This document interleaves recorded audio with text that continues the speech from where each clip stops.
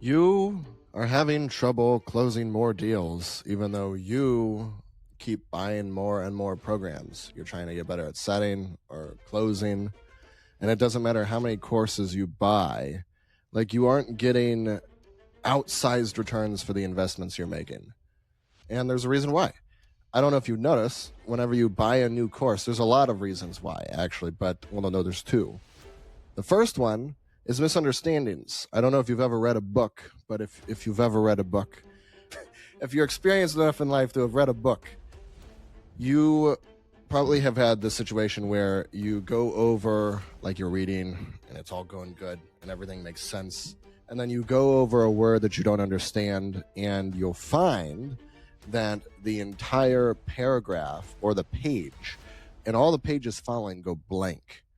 So you'll be reading, going good, and then the words stop wording. They stop making sense. You're looking at them. You're like, I've seen these words before, but I can't seem to get them to click together. And it's not because you suddenly became retarded, although that might be part of it, but that's unrelated. You went over a misunderstood word. Everything after a misunderstood word goes blank. So when you watch videos in the video programs that you take to learn sales and learn business and learn all these different skills online, and you go over some misunderstood word or concept, really just a word, then you don't get it. And since you don't get it, why would anything after that make sense? Even the word the is not going to make sense after a misunderstood word. So you'll go through and you'll watch your videos over and over and over and over again saying, I got to digest it. I need to really absorb this. No. Whenever you read and consume something, if you understand it, you understand it. You don't need to memorize it. You don't need to digest it. If you've ever been in school and you're reading through and you're in science class, you'll find that you'll start to memorize things because you don't fully understand it. We all have it memorized that mitochondria is the powerhouse of the cell, but none of us could sit down and understand, actually explain what mitochondria does. Maybe some of us can because we did understand it in school. I understood it. I was interested in science, but you might not have been interested in science, or you might not have been interested in history. And you'll find you weren't interested in those subjects because you had misunderstood words, things went blank, and then you felt separate from the subject. So then you started goofing off in class and you started making jokes, or you would write and draw pictures on your notebook. And because you felt separate from the material, you felt separate from science class, let's say. So you're sitting there and you start doodling because you don't get what the teacher's talking about. You know in the back of your head, I'm going to have to memorize this when I get home. I don't get it now. I'm not going to get it later, but I'm going to memorize it. I'm going to memorize what words go in what order in the hopes that I can pass the test. But it doesn't mean that you have actually understood it. Because if you understand something, like for instance, you understand how to start a car, right? You don't have a misunderstanding there. You put the key in, you turn it, and then the ignition turns over, and then it starts the engine, and then boom, the car is started. You understand it. You don't have to go back in your head and say, okay, let me remember what the steps are to starting the car. Just like in a sales call, if you don't fully understand some part of the sales process, you'll have to go find a time you successfully applied, let's say, a handler, and you'll try and remember it in the middle of your call. You'll try and remember the handler that you used 16 calls ago instead of being able to be present and fully understand the situation and handle the call in present time. You're using information from a previous call. So then you immediately go out of present time, and that's why you don't feel present with your prospects. And it's all because you have some misunderstanding, or probably a collection of misunderstandings around the subject of sales. Now, if we apply it to a different subject, because you're saying, oh, I know this doesn't apply to me. Well, you have the fucking problem. You aren't closing as many deals as you have, and to be in sales this long and not close as many deals as you want to and still be leaving deals on the table, it wouldn't really make sense to be in sales 1, 2, 3, 4, 5 years and not be easily closing deals. You should get it by now, but there's got to be some kind of misunderstanding.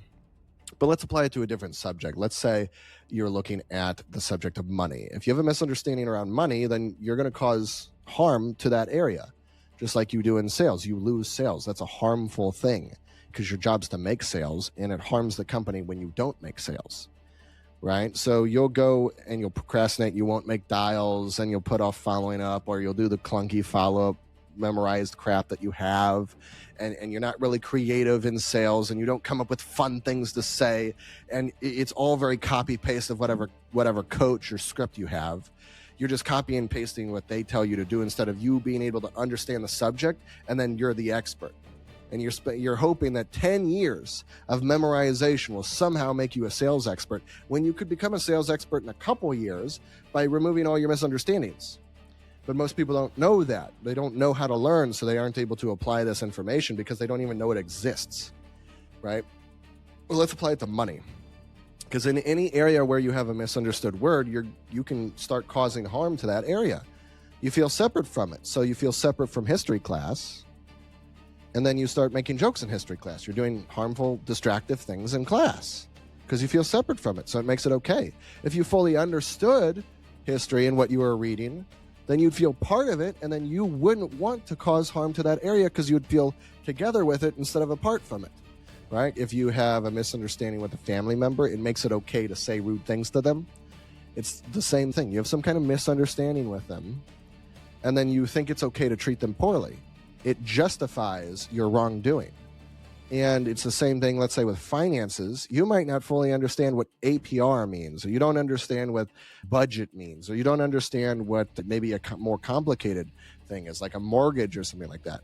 And you don't fully understand it. Like, you hear the word and you're like, yeah, I totally get it.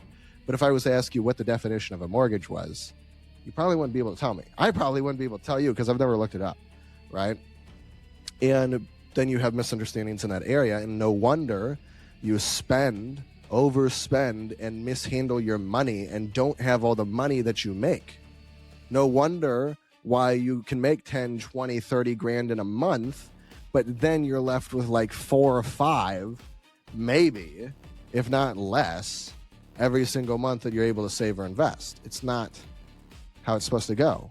But you have to have some kind of misunderstanding in that area to be causing harm to your finances. You'll have sales reps, you'll have business owners who are making hundreds of thousands of dollars a month and just bleeding money. I knew a guy who they were doing like $250,000 a month, and he was paying his team way too much. He was paying the sales team 25%, and he was the sales manager.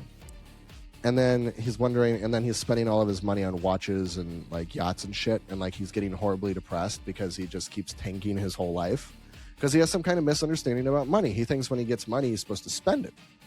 And it's probably because his intention in life is to get validation and status, so he has to spend it to show that he has it, so other people can see that he had it, so that way he feels important to others. So then you have a misunderstanding and then some weird intention going along with it, right? But if he cleared up the misunderstanding, then he'd see, oh, I should be like saving and investing and taking care of that area. Just the same as like when someone says, I need to think about it. The incorrect thing to do is get fearful and then think in the back of your head, well, they're probably going to not buy, right? Or like you like ease off the gas and like you don't push as hard. That's not what you're supposed to do. Whenever you get an objection, you say, yeah, cool. Think about it. And then you start handling it. You just dive in. But something, somewhere, you don't get about sales, and therefore you're not doing it as well as you can, and you keep causing harm in that area. You keep not making as many sales as you could. You keep wasting marketing dollars on the sales that you're not making, and that's costing the business growth, and it's causing you growth, causing you to miss out on growth too, causing the business to lack growth and causing you to lack growth, right? So how do you fix this? Well, you need to go trace back the last time you felt 100% clear on the subject of sales. And that might be years ago. And you need to, and you could have received a misunderstanding from like family members. Like they could have given you a misunderstanding or some false idea or some false data about sales. And that created a misunderstanding for you. Like a lot of the times, like salespeople are sleazy, salespeople are this, salespeople are that. So then sales equals bad. Right? So now that could also be another thing. You have some false idea in your mind too. That's not even a misunderstanding. You're just believing something that's totally inaccurate. And then you base your whole life off of that, and it becomes stable for you. Salespeople are bad. Salespeople are bad. So then I'm bad. Well, if I'm bad, I shouldn't get paid lots of money because I'm going to do harmful things with it. Right? So that's 3 things. The other thing that I didn't go into yet was you get contrary data. So you'll join a sales program or a marketing program or business program, and this program gives you different information, and it's contrary, meaning conflicts against previously gotten information. You get this new program, and it says do sales this way, and then the previous program says do sales a completely different way, right? Now, fundamentally, they actually might have the same concept, but because you don't know how to learn and don't know how to find like the conceptual understanding of something, you're going off of what your coaches tell you, and then because you don't know how to properly find your misunderstandings and clear them up, then you start stacking misunderstandings with misconceptions, with contrary data, with false ideas about, or false data, right? And then no wonder sales is tough, right? And it feels like it requires effort. It feels like it requires you to work hard. But sales is actually quite easy. And the people who make the most money in sales, they might work a lot. They might put in a lot of work into something, but they don't have to put in effort. They aren't like grinding. People who are good at sales aren't grinding. They understand how to do sales. So all they have to do is intend to close deals. They have an intention. If you intend something to happen, it happens if you intend to happen. So if they look at their stats and they say, I intend my stats to go up 20% this month, and they plan it out and they put together a plan to make it happen and they execute on the plan, and it's very clear and they have no misunderstandings about it, and they're very clear about what they're doing, they're going to be really good at hitting their targets. But then you have the guy who has misunderstandings about sales, and then he shows up fearful or he shows up uncertain himself. Of course you're going to feel uncertain. You have some kind of misunderstanding in the area you're working. If you were an F-15 pilot and you had a misunderstanding about an F-15, you would say, hey, commanding officer, please don't, I don't want to fly today. Like, you wouldn't want to fly.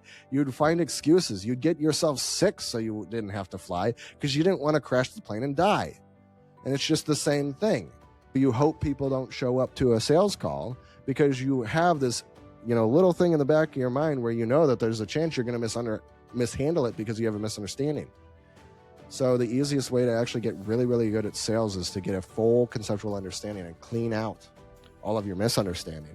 Clean out all those stupid ideas that you've been fed, including stupid ideas you've been fed from sales coaches. I've heard horrible feedback and advice that people give as sales coaches, and they make lots of money selling you the bad advice, and you might make lots of money applying it, but some of it's harmful to people.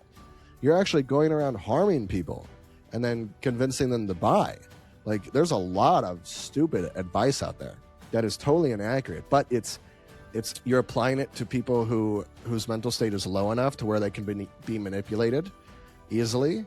So that's why it makes money, right? Instead of like the most ideal situation on a sales call is you raise someone's state, right? Or maybe their state can't raise high enough because their situation is too sucky and they've let their life deteriorate too much. So then you make them aware of their pain, and then they'll want to make a change, and their state will increase as they go through whatever product you sell them that helps solve the problem. But ideally, everybody can make a good, clear, logical decision and get out of their emotions and think logically whenever they buy. They don't have to be manipulated. They don't have to be tricked into buying. You must be really fucking bad at sales if you have to trick people or hypnotize people into buying. You have to be.